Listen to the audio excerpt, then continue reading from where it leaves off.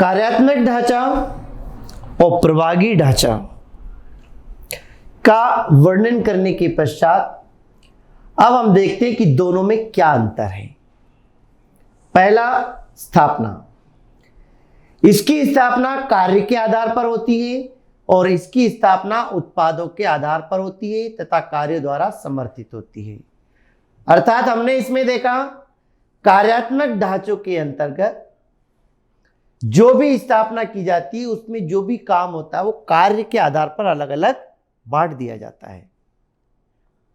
परंतु प्रभागी ढांचे में क्या होता है कि उत्पादों के आधार पर, मतलब अलग अलग प्रकार का जब आपका उत्पादन होता है तो उस उत्पादन के आधार पर अलग अलग यूनिटें बनाई जाती है और फिर उसके अंतर्गत कार्य के आधार पर कार्य को बांटा जाता है। विशिष्टीकरण, इसमें प्रत्येक कार्य का विशिष्टीकरण किया जाता है। अर्थात काम बटा हुआ होता है, एक व्यक्ति एक ही प्रकार का काम करता है, जब वही काम वो बार बार करता है तो उसे विशिष्टीकरण हासिल हो जाता है और इसमें उत्पादों का विशिष्टीकरण होता है। अर्थात कि यहां पर पर्टिकुलर इसी प्रकार का उत्पादन होता है और यहां पर कार्य होता है, क्योंकि इसमें उत्पादन एक ही प्रकार का होता है और सबके काम अलग अलग होते हैं, तो सब अपने काम में विशेषज्ञ होते हैं और इसके अंतर्गत हर यूनिट का उत्पादन ही अलग होता है। तो उत्पादन विशिष्टीकरण हो जाता है कि ये इस प्रकार का उत्पादन होगा या इस प्रकार का उत्पादन होगा। उत्तरदायित्व, नकारात्मक स्थिति में किसी भी विभाग पर उत्तरदायित्व निर्धारित करना कठिन है।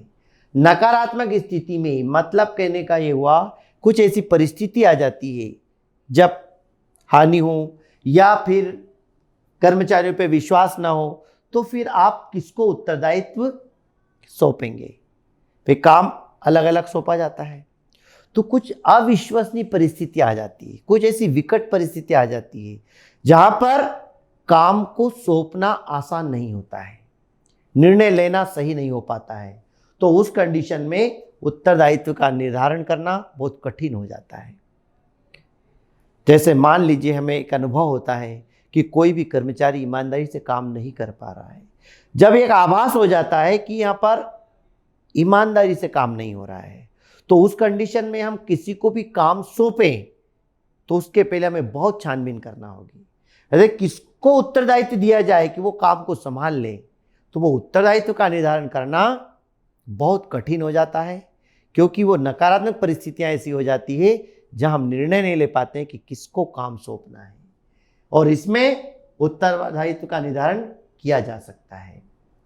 इसके अंतर्गत काम सौंपना है और इसके अंतर्गत उत्पादन करना है, तो इसके अंतर्गत परिस्थितियां कैसी भी हो, आपको इतना काम करना है तो काम होके ही रहेगा, पर इसमें कार्य कई बार नहीं भी सौंपा जाता है।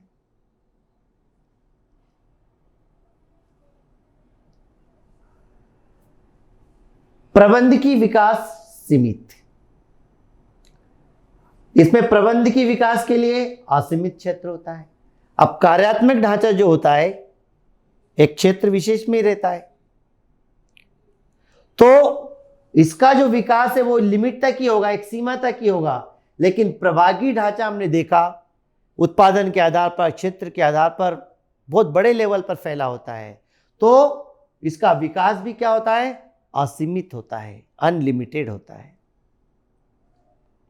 लागत, कार्य की पुनरावृत्ति न होने से लागत नियंत्रित रहती है। इसके अंतर्गत कार्य की पुनरावृत्ति इसलिए नहीं होती है क्योंकि उत्पादन एक ही प्रकार का है और सबको अलग अलग प्रकार के काम सौंपे गए हैं, तो हर व्यक्ति को एक प्रकार का काम करना है, काम जल्दी होता है पर सबके काम अलग अलग होते हैं। और इसके अंतर्गत क्या होता है कि कार्य की पुनरावृत्ति होने के कारण लागत में वृद्धि होती है। एक ही काम को दो दो बार करना होता है, अर्थात अलग अलग उत्पादन है, जो एक उत्पादन के लिए होगा वही दूसरे उत्पादन के लिए कार्य करना होगा, वही मशीनें, वही लेबर, सब कुछ, तो बार बार रिपीट होने की वजह से यह लागत में वृद्धि हो जाती है। समन्वय में कठिनाई, इसमें क्या होता है कि काम सबके अलग अलग होते हैं, कार्य के आधार पर थोड़ा सामंजस्य बिठाने में कठिनाइयाँ आती है, क्योंकि कार्य का निर्धारण देखना पड़ता है और यहाँ पर समन्वय इसलिए बना रहता है क्योंकि उत्पादन को देख करके पता लग जाता है।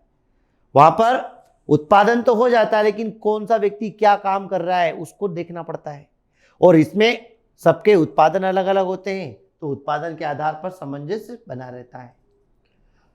मध्यम प्रकार की फर्म के लिए यह ढांचा उपयोगी रहता है और यह बड़ी फर्मों के लिए उपयोगी होता है।